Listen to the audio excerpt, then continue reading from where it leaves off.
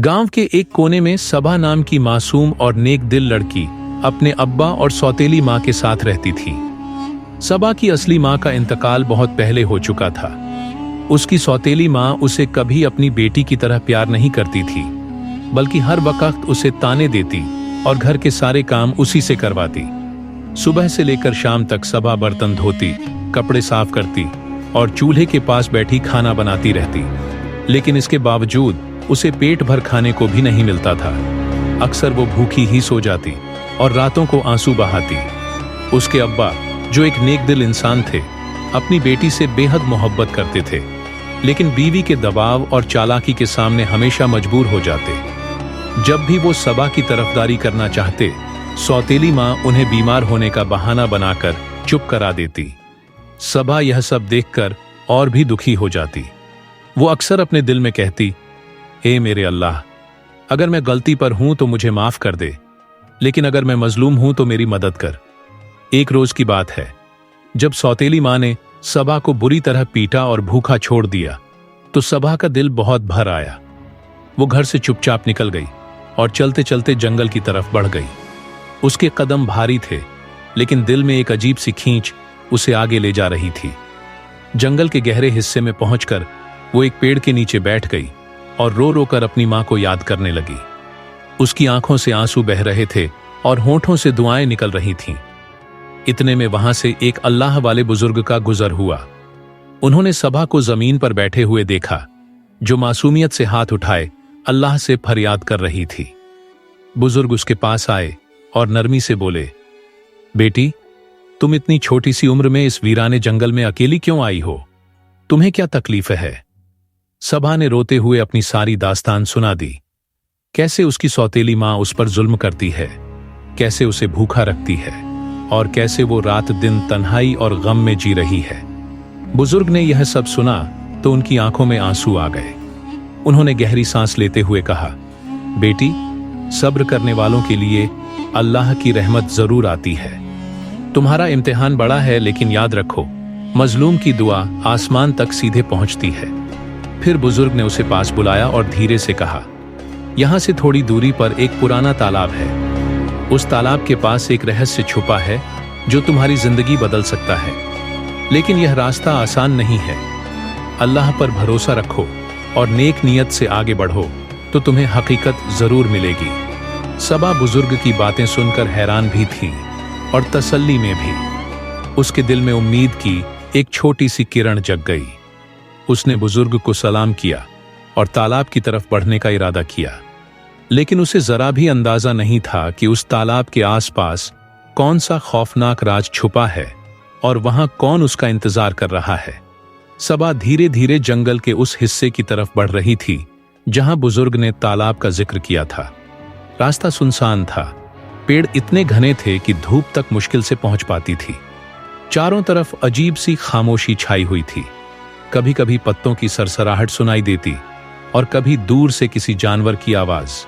सबा का दिल डर से धड़क रहा था, लेकिन उसके होंठों पर दुआ थी, या अल्लाह, मुझे हिम्मत दे। कुछ देर चलने के बाद सबा ने दूर से एक तालाब को देखा। तालाब का पानी नीला और चमकदार लग रहा था, जैसे उसके अंदर कोई राज छुपा हो। सबा आगे बढ़ी और किनारे पर जाकर बैठ गई। तभी अचानक झाड़ियों में सरसराहट हुई। सबा ने घबराकर इधर उधर देखा और फिर एक ठंडी सी हवा चली। अचानक उसके सामने कुछ छोटे कद वाले अजीब लोग दिखाई दिए। उनका कद बच्चों जितना था, लेकिन चेहरे बूढ़ों जैसे और आंखें लाल अंगारों की तरह चमक रही थीं। सबा सहम गई। उनमें से एक सबसे अलग था। उसका चेहरा और भी डरावना, हाथ में लकड़ी की छड़ी और कंधे पर एक काला थैला। वहीं इस टोली का सरदार था, जादूगर बौना। जादूगर बौना जोर से हंसा और बोला, तो यह वही लड़की है जिसे मैं तलाश कर रहा था।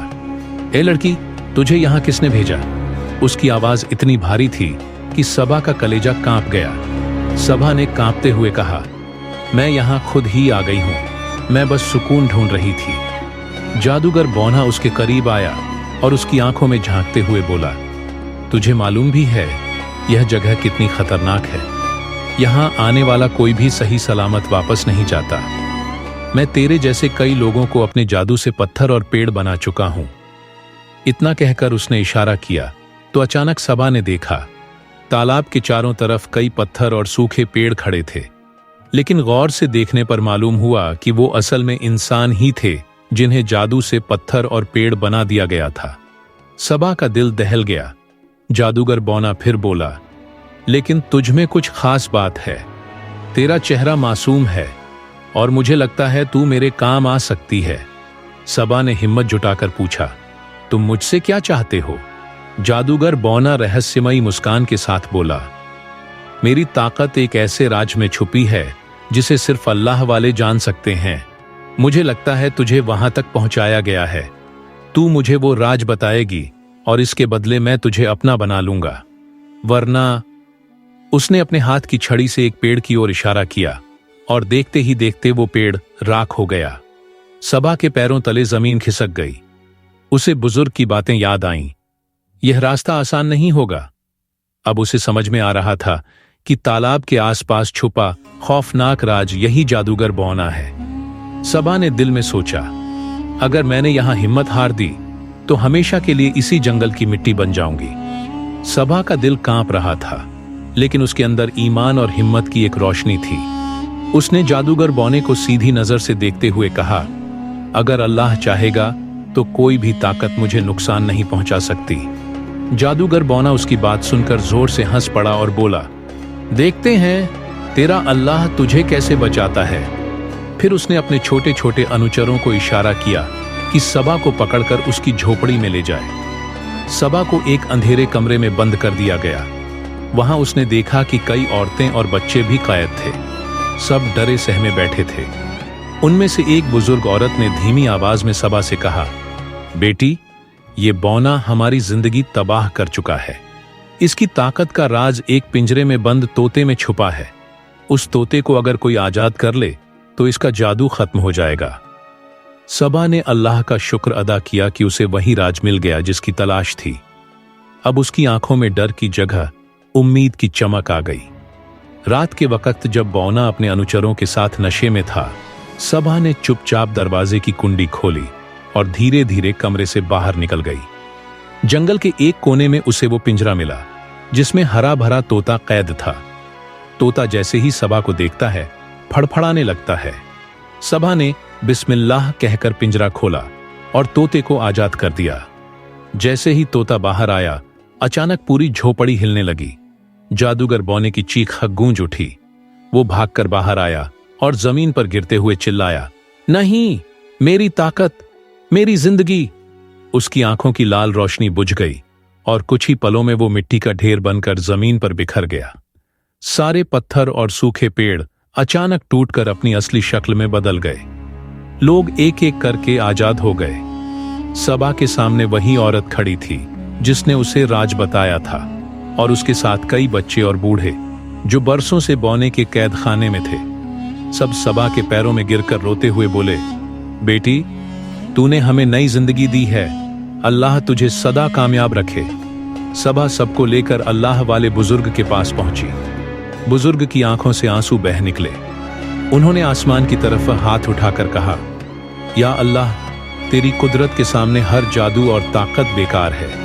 तूने इस मासूम बच्ची को सबकी नजात का जरिया बनाया। जब सबा घर लौटी तो उसके अब्बा को भी सारा हाल मालूम हुआ। उन्होंने अपनी बेटी को गले लगाकर रोते हुए कहा, बेटी, मैंने तेरी तकलीफें देखीं लेकिन कुछ कर न सका। अब मैं कभी तुझे अकेला नहीं छोड़ूंगा। सौतेली मां का राज भी सबके सामने आ गया। उसकी चालें और जुल्म लोगों ने देख लिए। वो शर्म और बुरी बीमारी में गिरकर दुनिया से चली गई। सबा की जिंदगी बदल गई। अब वो अपने अब्बा के साथ चैन और इज्जत से रहने लगी। गांव के लोग उसे मिसाल के तौर पर याद करने लगे। कहानी यहीं खत्म होती है इस सबक के साथ, जो अल्लाह पर भरोसा रखे, सब्र करे और नेक नियत से कदम बढ़ाए, उसे कभी शिकस्त नहीं मिलती।